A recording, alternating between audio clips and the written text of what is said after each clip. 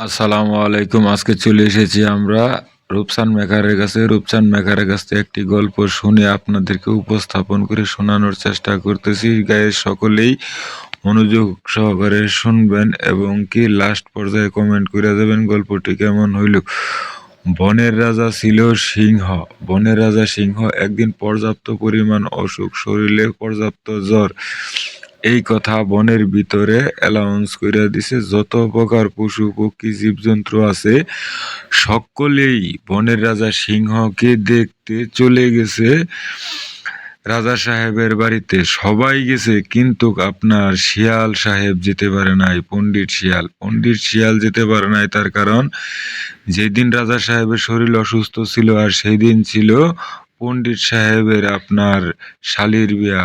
আর সেদিন শালির বিয়া খেতে যাচ্ছে, তার মাঝখানে আরেক শিয়ালে দেখে ফেলেছে, সে হলো খেক শিয়াল সাহেব বলতেছে, পণ্ডিত সাহেব, আজকে যে রাজা সাহেবের শরীর অসুস্থ, আপনি যে রাজা সাহেবকে দেখতে যাচ্ছেন না? কয় দৌড় মিয়া, কয় ঘরের বউ থাকতেছে না, চাকরিটা বাঁচাই, আগে শালির বিয়াটা খাই আসি, তারপরে রাজা সাহেবকে দেখতে যাই। এই কথা নিয়ে শুইন্না খেক শিয়াল রাজা সাহেবের দরবারে গিয়া বলতাছে, রাজা সাহেব, এখানে দেখুন কে কে আসে নাই আপনাকে দেখতে।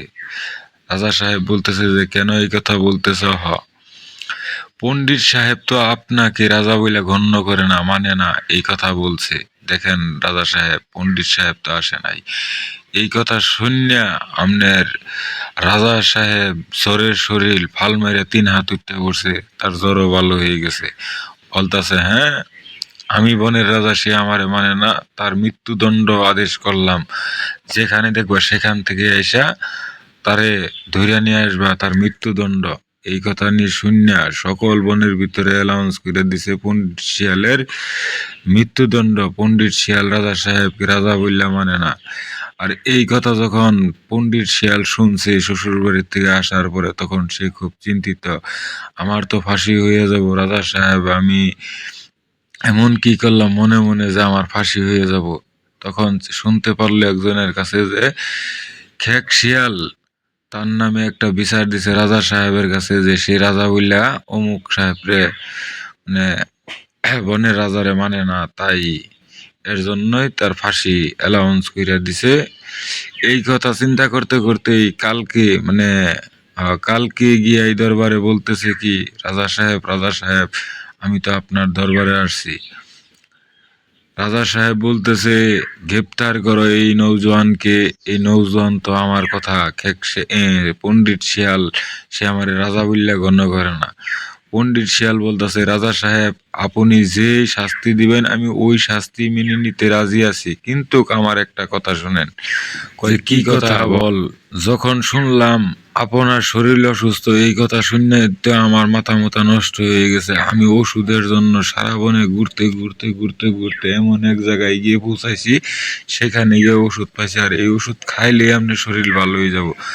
আর এই দিক দিয়ে ডোরাকাটা শিয়াল আপনার কথাটা শুনতেছে, শুনে তো মনে করেন সেও পিছে পিছে গেছে, যে আজকে তো মনে পণ্ডিত শিয়ালের ফাঁসি হবো, আর আমি মজা করে দেখবো, তারপরে আমি ওই রাজ্যে একাই শিকার করে খাবো, আর কোনো শিয়াল থাকবে না। হ্যাঁ, পণ্ডিত শিয়াল শেষ হয়ে গেলে আমি ডোরাকাটা শিয়াল একাই সেখানে রাজত্ব করব।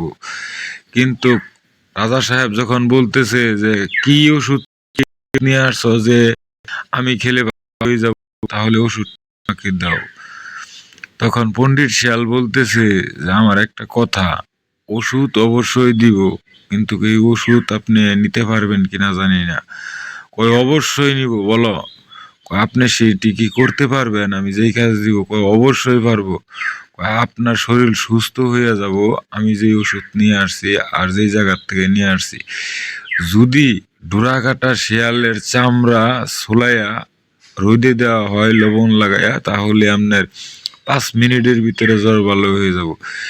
এই কথা শুনিয়া দরবার ডোরাকাটা শিয়াল এমন ভাবে মনে করেন দৌড় দিছে, পিছনে চাওনের সময় নাই। তখন মনে করেন রাজা সাহেব বলতেছে যে, গ্রেপ্তার করো এই খেক শিয়ালকে গ্রেপ্তার করে তার চামড়া ছুলিয়ে রোদের ভিতর ঝুলিয়ে, হ্যাঁ, লবণ লাগিয়ে দাও, যাতে আমার জ্বর ভালো হয়ে যায়। দেখেন, যেমন কর্ম তেমন ফল, সে যেমন কর্ম করেছে তেমন ফল পেয়েছে। ডোরাকাটা শিয়াল অপরের নামে দুর্নাম করেছিল যে আরেকজনের বিপদে ফেলাইয়া আমি তাকে শাসন কিন্তু সে নিজেই বিপদে পড়ে গেছে। তাই এরকমটা না করে আমরা কাউকে কখনো বিপদে ফেলাবো না। আর দয়া করে যারা আমাদের এই ভিডিওটা দেখছেন, অবশ্যই অবশ্যই ভালো লেগেছে না খারাপ লেগেছে না মন্দ লেগেছে এই বিষয়ে একটা সুন্দর করে কমেন্ট করে যাবেন। অনেক কষ্ট পরিশ্রম করে আপনাদেরকে একটা ভিডিও উপহার দেওয়ার চেষ্টা করি। আর ফলো দিয়ে লাইক করে পাশে থাকবেন অবশ্যই। আসসালামু আলাইকুম।